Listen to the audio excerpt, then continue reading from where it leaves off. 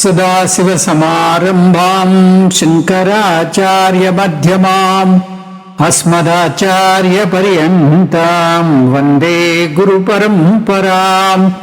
हरिः ओम् श्रीगुरुभ्यो नमः। हरिः ओम्. We are in chapter 12 and we have completed up to second sloka. Today we will take up the third slokam and fourth slokam together.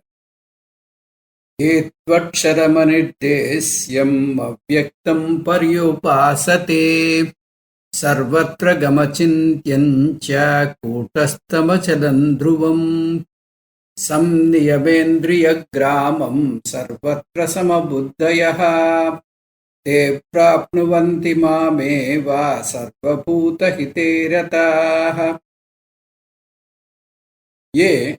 Those people, Indriya Gramam, the collection of all Indriyas, Samniyamya, having absolute control on Indriyas, Achintyam, which is not visible to mind and intellect, which is not available for mind and intellect. Sarvatragam, which is all-pervading.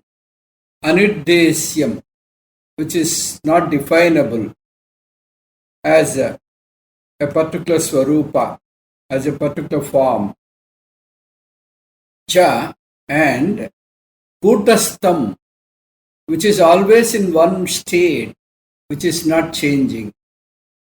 Dhruvam, which is permanent, eternal. Achalam, which means which is not changing. Avyaktam, which cannot be defined, which cannot be expressed, which is nirakara. Aksharam, which is nothing but Sachidananda Parabrahma, which is eternal. Paryupasate, who is doing upasana with Ananya Bhakti. Sarvabhuta hite rataha, who always thinks of the welfare of all human beings and all living beings. Sarvatra samabuddhayaha, who has got equality and equanimity in everything. Te mam eva prapnuvanti, those yogis will reach me, will become one with me. Yetu sarvabhuta hite rataha sarvatra samabuddhayaha santaha indriya gramam samniyamya avyaktam achintyam aniddesyam sarvatragam kutastam achalam dhruvam aksharam cha paryupasate mam eva prapnuvanti. Those who have got absolute control on Indriyas, those who are having equality and equanimity on all living beings, the Indriya Agocharam, Mano Agocharam and Anirvachaniyam, they can have the unity with the absolute Paramatma, who is not accessible for Indriyas, mind and intellect, and which is all-pervading, which is not changing, which is nityam, which is eternal, and those who meditate on Indriya Gocharam, on the Tattvam, on the principle which is not perceivable with Indriyas, which is not perceivable by mind, which is not perceivable by intellect, which is not definable, which is all pervading, which is not changing, which is Nityam, Shasvatam. So such yogis will reach me. Such yogis will become one with me. So, in these slokas, Paramatma is talking about those who meditate upon Nirguna Ishvara. Nirguna Ishvara means Nirguna Parabrahma, who is not having any attributes. Attributeless Ishvara. This Nirguna Brahma Dhyanam is a part of Jnana Yoga Sadhana. This is the first one in 5 types of bhakti. We have seen bhakti in 5 stages, and Jnana Yogam is the 5th stage. Jnana Yogam can be understood as 3 stages: Sravanam, Mananam and Nididhyasanam. Through Nididhyasanam alone, you can obtain Nirguna Ishvara. So, Paramatma, Krishna Paramatma is talking about the Paramarthika Ishvara, those who meditate upon Paramarthika Ishvara.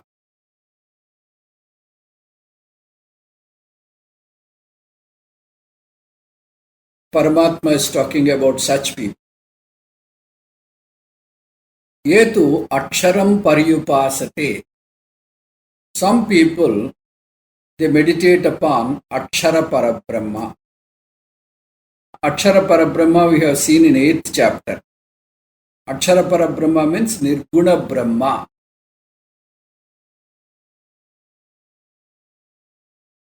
Akshara Upasana is described in Slokas 3 to 5.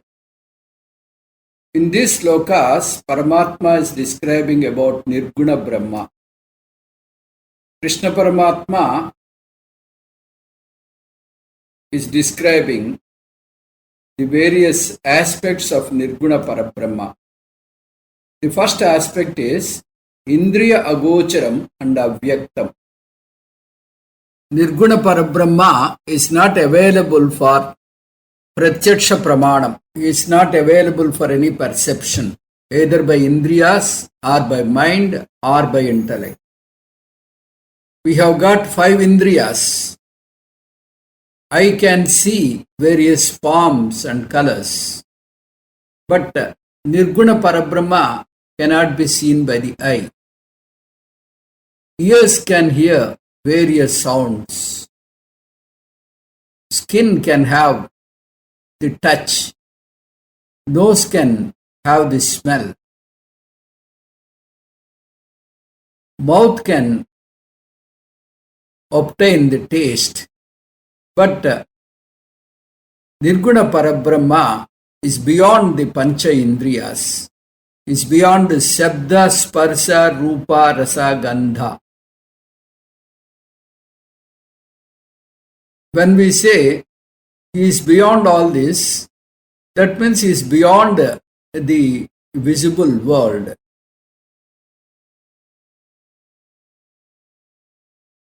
Krishna Paramatma said that he is having both Saguna Rupam and Nirguna Rupam.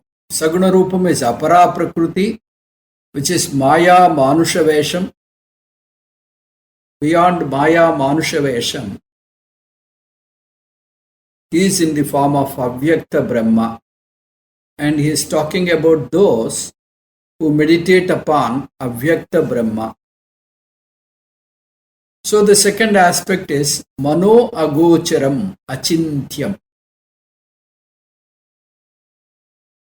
Certain things which are not visible to the eyes can be perceived by the mind.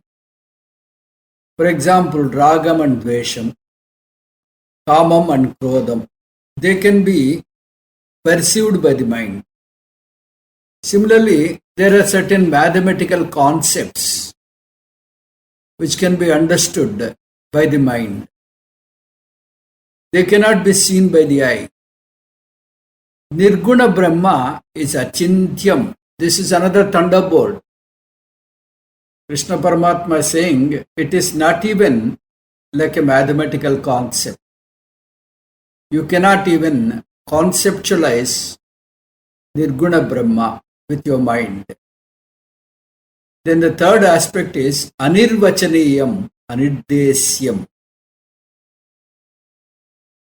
Nirguna Parabrahma is not pursued by Indriyas. He cannot be conceptualized by the mind. Then how can we describe Nirguna Parabrahma?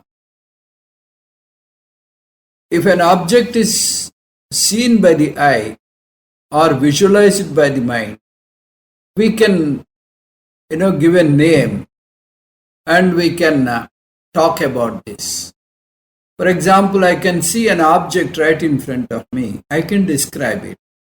If I can have a concept about a particular object or particular principle, I can describe. But here we are saying it is not visible to the eye, nor it can be understood by the mind. So we have a doubt whether such a thing is really there or not. Is it like a Devata Vastram? So some people say it is not there.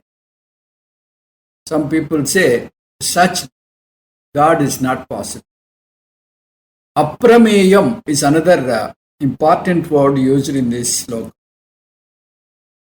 This word is a compact word which describes all three descriptions earlier we have mentioned, that is Indriya Agocharam, Mano Agocharam and Anirvachaniyam. Together we can say Aprameyam.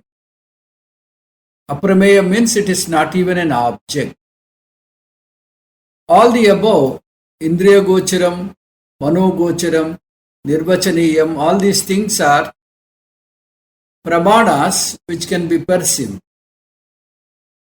They are called pratyaksham. Those who can be pursued by the mind, they are called anumanam or anupalabh. Brahma is not available for pratyaksha pramanam. Anumanam is not available for even anupalabh. So, pratyaksha pramanam, anumanam and anupalabdhi are not useful in understanding Nirguna Parabrahma. So, he is not available for all these three pramanas. So, Sarva Pramana Agocharam, the technical word for this is Aprameyam, immeasurable. Aprameyo Hrushikesu Padmanabho Amaraprabhu. This is what we chant in Vishnu Sahasranamam. Sarva Vyaptam. Nirguna Parabrahma is all pervading. You cannot visualize Brahma as a solid article in front of you. If that be the case, you definitely get a doubt whether such Brahma is available or not. Is it only just an imaginary thing? Therefore, Krishna Paramatma used a beautiful word. He said that Sarvatragam. Nirguna Brahma is not only existing, but he is Sarvavyapakam. That means if somebody questions where is God, with a slight difference, you can say where he is not. You can answer him where he is not with a question again. Vedanta says Sarvavyapaka, Brahma is yourself. Tattvam asi. Sarvatragam means all pervading. Achalam. Achalam means which is not changing, which doesn't have any movement at all. Nirguna Parabrahma is not having any kind of movement. Saguna Krishna Paramatma moved from Madura to Dwaraka. From Dwaraka to Kurukshetra, he moved. But Nirguna Parabrahma has no form. He is all pervading. It is not having any form, formless it is, and all pervading. When you have a form, it has got a limitation. So, you take for example this room, it has got a limitation. You cannot think beyond the walls of this room. So, it has got boundaries. So, with these boundaries, you can imagine the shape. But when it is all pervading, you cannot have any kind of shape.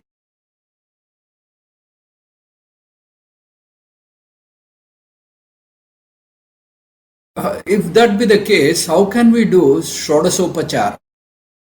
We invite God, we do upacharas, and we do Udyapana at the end. Whatever be the upacharas we do for Saguna Ishvara, Saguna Ishvara has got arrivals and departures.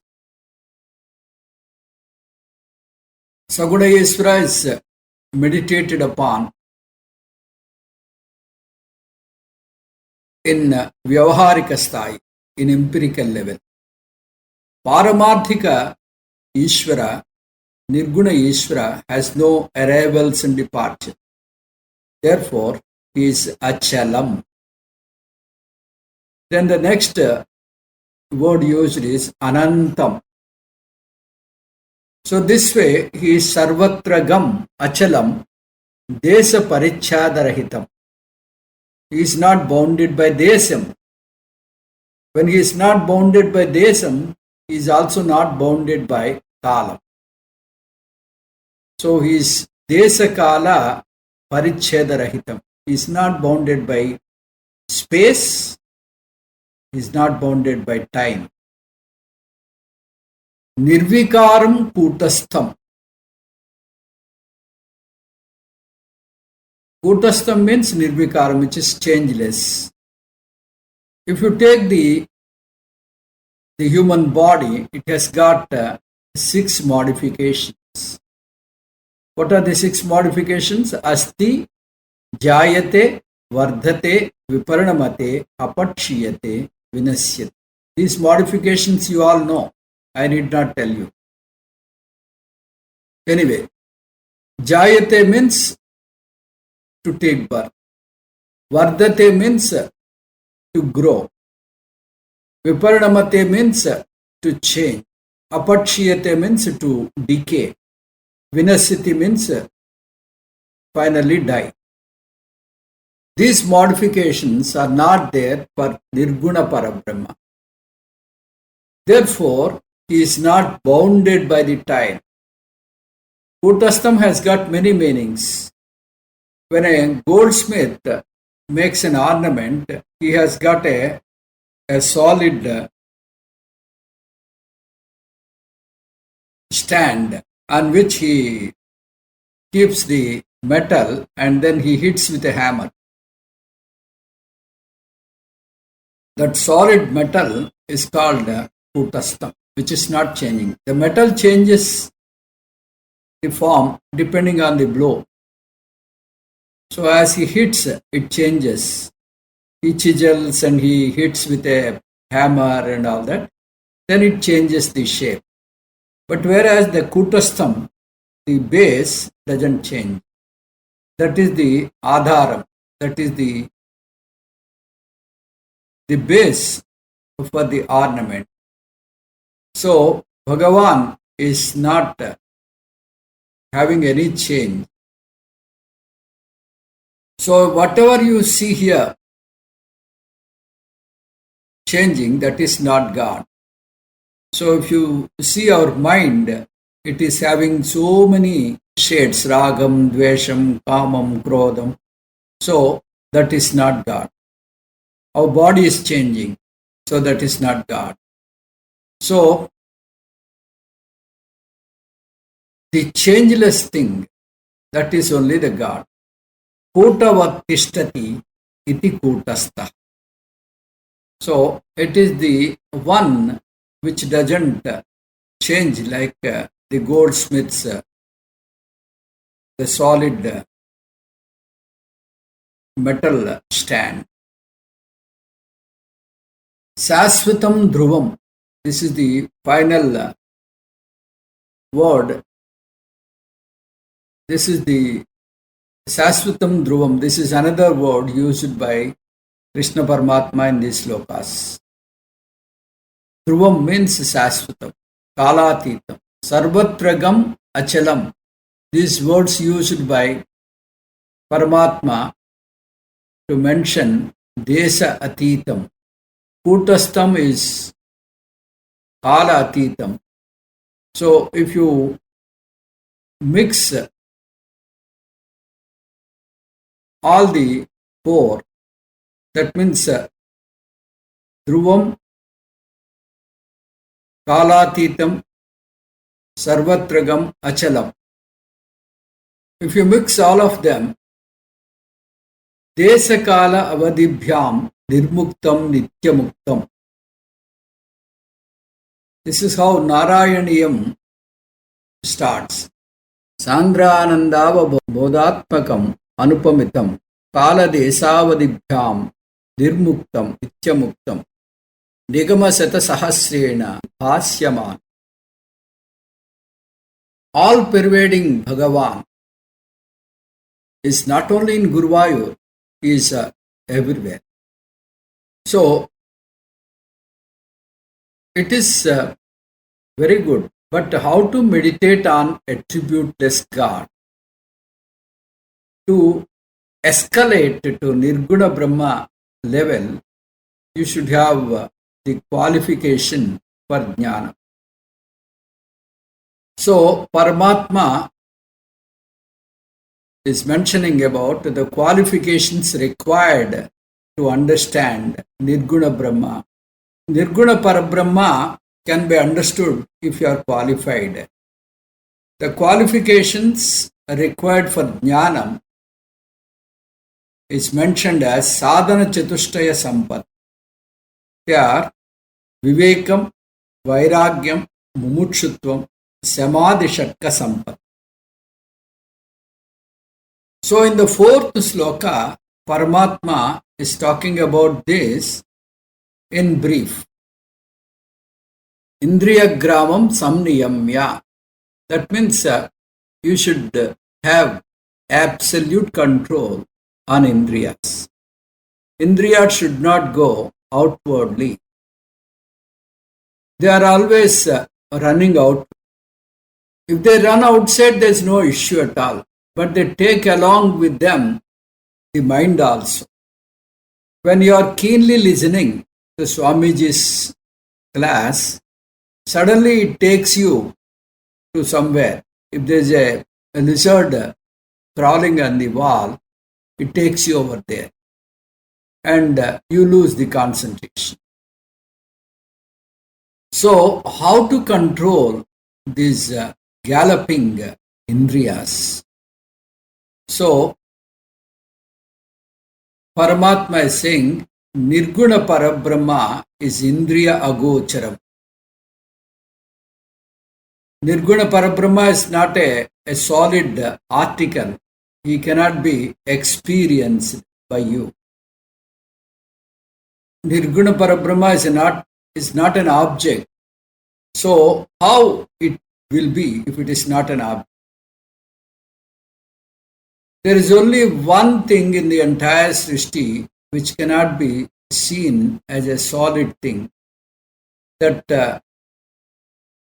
the only, one and only thing which you cannot see and experience is yourself. My eyes can see vividly and variedly the entire world, but it cannot see me directly. You may say you can see in a mirror, but that is a reflection, not your direct perception. Therefore, whatever you experience is not you. The very experiencer is you. You are ever the experiencer, never the experienced. So, I am always the one who experiences everything, not the experienced object. So, Nirguna Brahma is not different from me. Nirguna Dhyanam is nothing but Atma Dhyanam. Nirguna Brahma Dhyanam means meditation upon myself. Upon myself means not on my body, not on my mind, but on my real self, that is Chaitanya. Samprekshan asikagram swam disaschan avalokayan. This is what Paramatma said in 6th chapter. So here, when he said on the tip of the nose, it doesn't mean that you should concentrate on the tip of the nose. That means you should not, move your eyes here and there. You should not have concentration on external. Indriya Gramam. Gramam means not a village. Gramam means it's a collection of all Indriyas. So, the collection of all Indriyas must be controlled. Sarvatra Samabuddhayaha. You should have equality and equanimity on everything. You should have control on Dvesham and Ragam, and you should have the equality in mind. Sarvabhuta hiterataha. You should feel the welfare of every living being. Sarvamanava Saubhatratvam. You should have that brotherly feeling on every human being. You should not have selfish mind. You should have the expanded mind. And then you should visualize this word. Sarve bhavantu sukhinaha. After sarve, it is not mentioned who must be happy. It is not mentioned. It can be human beings, it can be Hindus, or it can be Christians, it can be Muslims, anybody. Sarva prana koti. Not only human beings, all living. Sarve bhavantu sukhinaha. Om tachayora vridi mahe gatum yajnaya gatum yajnapataye daivi swastirastunaha swastir manushebhyaha urdhvam jigatu beshajam semno astu dvipade sem chatushpade om shanti shanti shanti. This is what we get in Purusha Sutta. In this great mantra, we say that all our two-legged animals, four-legged animals, six-legged creatures, eight-legged creatures, everything must be safe, hale and healthy. There should be no trouble, no tribulation at any part to any human. To have this idea, you have to sensitize your mind. You should have an expanded mind. We are unable to look after our own family, then how can we have such an expanded mind? This is possible by, practice, value meditation and other things. So, why all these qualifications. What is the benefit? You may wonder. This Nirguna Ishvara Dhyanam is the highest level of bhakti. Is the Bhakti Parakashta, is the pinnacle. In order to come to this level of bhakti, you need to have arhata, qualification. That qualification is called jnana yogyata. Only the person who has got jnana yogyata can meditate Nirguna Ishvara.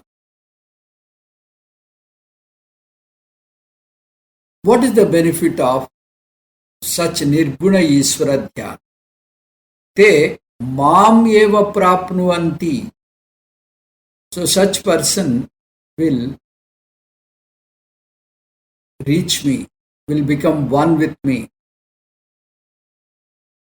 Eva word you have to take 3 times. Te eva mam prapnuvanti. Only those will have the moksha. The eva is for those who have this qualification. Eva is after te. Then you keep eva after mam. Te mam eva prapnuvanti. They only get moksha. They are not lured by small and petty benefits. They get that ultimate benefit called moksha. Te mam prapnuvanti eva. This eva is after prapnuvan. They will get moksha without any doubt. Doubtlessly they will get moksha. So, if you look at the answer, first answer and second answer and compare, in the first answer, Paramatma said, those who meditate on Saguna Ishvara, they are great. No doubt they are great. In the second answer, Paramatma said, those who meditate upon Nirguna Ishvara will get me, will become one with me. So you have to understand that Nirguna Ishvara Dhyanam is superior to Saguna Ishvara Dhyanam. Now we will go to sloka number 5. Kleso dikatarastesham avyakta sakta chetasam avyakta hi gatir dukkam dehavat viravapyate. Tesham, that avyakta sakta chetasam, that very Sachidananda Nirguna Brahma on which these sadhakas are interested in. For such people, klesaha, the toil, the shrama in the sadhana, the difficulty in the sadhana. Adhikataraha, it is more. Especially in Sachidananda Nirguna Brahma sadhana is very difficult. Why? Because dehavadbihi, because of the dehabhimanam, because of the people who have dehabhimanam. For those people who feel that I am the body, I am the mind, so for such people it is definitely a difficult task. Avyakta gatihi, to get that avyakta parabrahma, to have the prapti of avyakta parabrahma, dukkam avapyate, really it is difficult.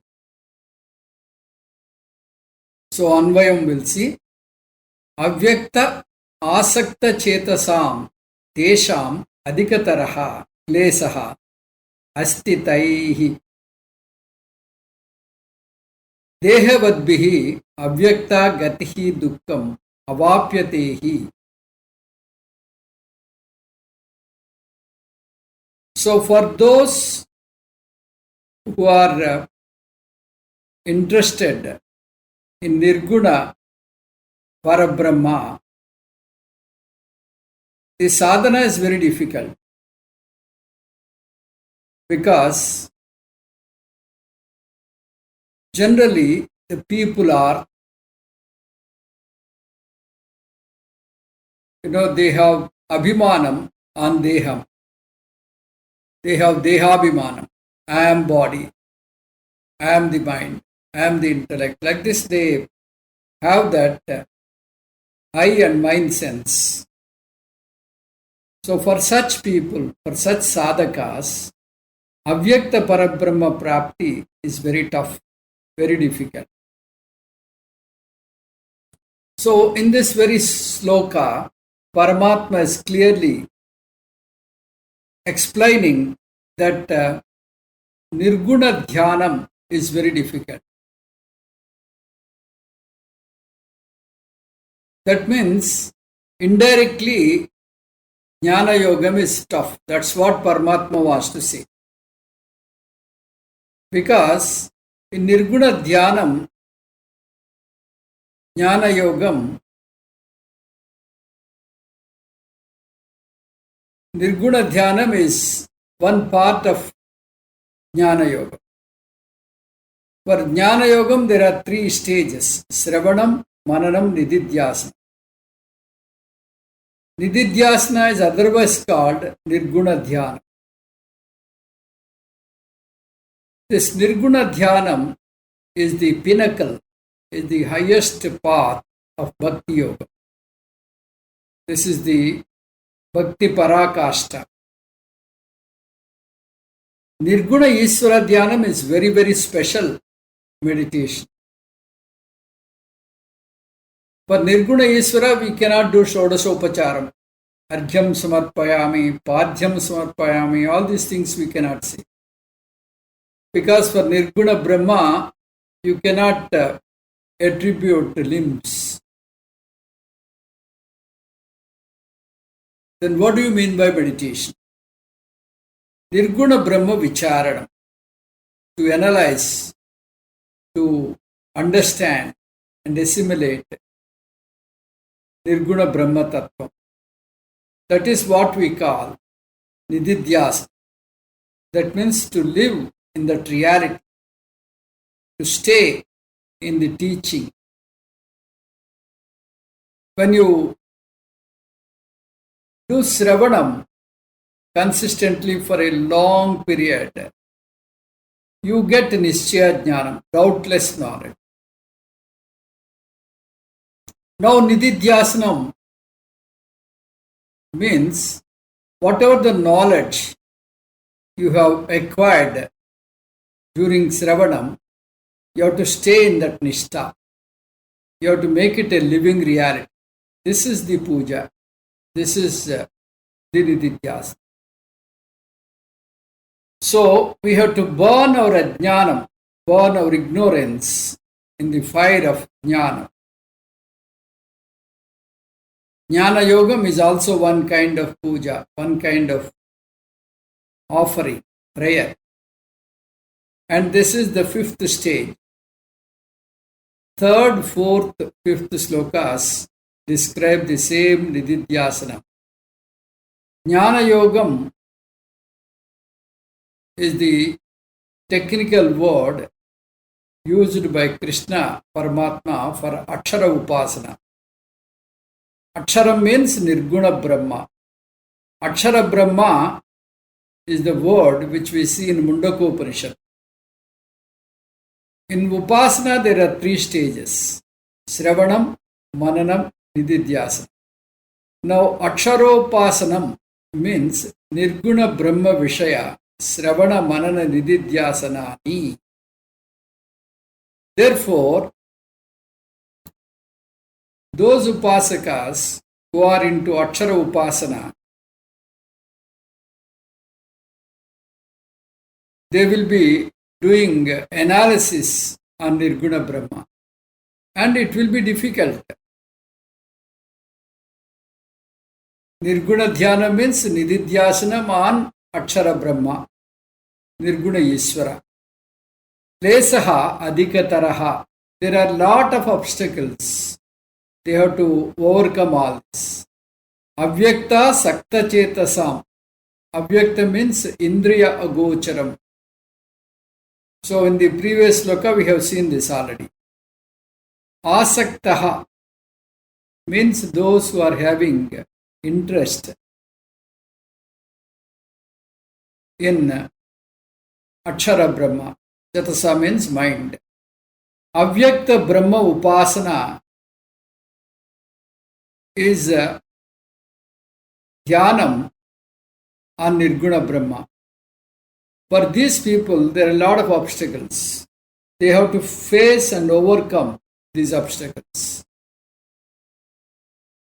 Shurasya Dara Nisita Duratyaya Durgam Patastat Kavayo Vadanti. In Kathopanishad, we have seen that Jnana Yogam is like the razor blade of a barber, walking on the razor blade, on the edge of the razor blade. Walking, Jnana Yogam is like walking on the edge of the sharp razor blade of the barber. Avyaktahi gatir durkam. Gatihi means destination. Avyaktam means Indriya Agocharam. So, Indriya Agocharam means it is not perceivable by Indriyas. So, it is very difficult to understand this Avyaktam. So, Dukkham means very difficult. For whom? Dehavadbihi, for those who have Dehabhimana. Nirguna Brahmajnanam is very difficult for many because they have Dehabhimana. They have so much glued to Sthula Sariram. Their intellect, their mind, it is so much associated with the body, mind and sense complex. They are into Aham Mama syndrome. That is I and mine. So this will not allow them to go forward. So they are into the service of their own body. They have to always pamper the body. So after retirement, they want to learn Jnanam. But by that time, their health doesn't permit. They are worried whether the children will take care of them or not. So, there is no permanency, there is no security from any quarter. So, for such people who have Dehabhimanam, this is very difficult. Jnana Yogam is very, very difficult. Why they don't understand? Because their mind is always on gross things. They don't have subtle mind. They only learn things which are available for the perception. Or they are into Saguna Ishvara Dhyana. Brahma is Indriya Gocharam. It cannot be perceived by mind also. So, for such Brahma, it is very difficult to assimilate and understand. Such Brahma is very difficult to understand and assimilate. Soham means Saha Aham. I am that Brahma. Aham Saha. If you condense this, it will become Hamsa. That is why they say Hamsa Gayatri Japam. So, for certain people who have Dehabhimanam, it is very difficult. Why it is difficult? Because they are not prepared. Their mind is not ready. The readiness and refinement is not there. They have to acquire sadhana chatushtaya sampatti. That means vivekam, vairagyam, mumutshutvam. Samadhi shatka sampatti. So if jnana yogam is tough, what do they have to do? They have interest in moksha, but they are unable to cope up with jnana yoga. So what they have to do? Here, they should be very careful. They should not go to a wrong path. Because at this stage, there are many people who offer many paths. Or Pujya Swamiji says a trip. What is your trip? He says. So if they fall into one of these trips, their life is totally gone. They have wasted one lifetime. Karma Yogam, Bhakti Yogam, Raja Yogam, Nada Yogam, Kundalini Yogam. Like this, there are so many paths they suggest. Their only argument is, since Jnana Yogam is tough, leave it and come to our path. But they do not know Jnana Yogam alone can give you moksham. Jnana devatu kaivat. Tamevam vidvan amrutaya bhavat. Nanyah panta ayanaya vidyate. So, Jnanam alone can give you moksha. So this one must realize and try to cope up with Jnana Yogam and come to Jnana Yogam and get moksha. Moksha karana samagryam bhaktireva gariyasi. Swaswarupanusandanam bhaktiritya vidhiyate. So for moksham, bhakti is the ultimate thing. Now what is bhakti? Swaswarupanusandanam. So to know your own self, your own reality and stay in that nishtha. That is what we call bhakti. So Jnana Yogam is Akshara Upasana. This is the 5th stage. Jnana Yogam is Akshara Upasana, which is dealt in Sloka number 3 to 5. Then Upasana Yogam, 2nd stage, Aneka Rupa Ishvara Upasana, Aneka Rupa Ishvara Dhyana. That is dealt from Sloka number 6 to 8. Then Upasana Yogam, level 1, Ekarupa Ishvara Dhyana. It is mentioned in Sloka 9. Karma Yogam, level 2, Nishkama Karma Pradhana Karma Yogam, which is mentioned in Sloka 10. Karma Yogam, level 1, Sakama Karma Pradhana Karma Yogam, Sloka 11. So we will deal all of them at length in the coming classes. So in the next class, we will take up Upasana Yogam, 2nd stage, 2nd level, that is Aneka Rupa Ishvara Dhyana, which is dealt in Slokas 6, 7 and 8. Om Tat Sat Sarvam Sri Krishna Arpanamastu. Om Purnamadah Purnamidam Purnat Purnamudachyate పూర్ణస్య పూర్ణమాదాయ పూర్ణమేవావశిష్యతే. ఓం శాంతి శాంతి శాంతి.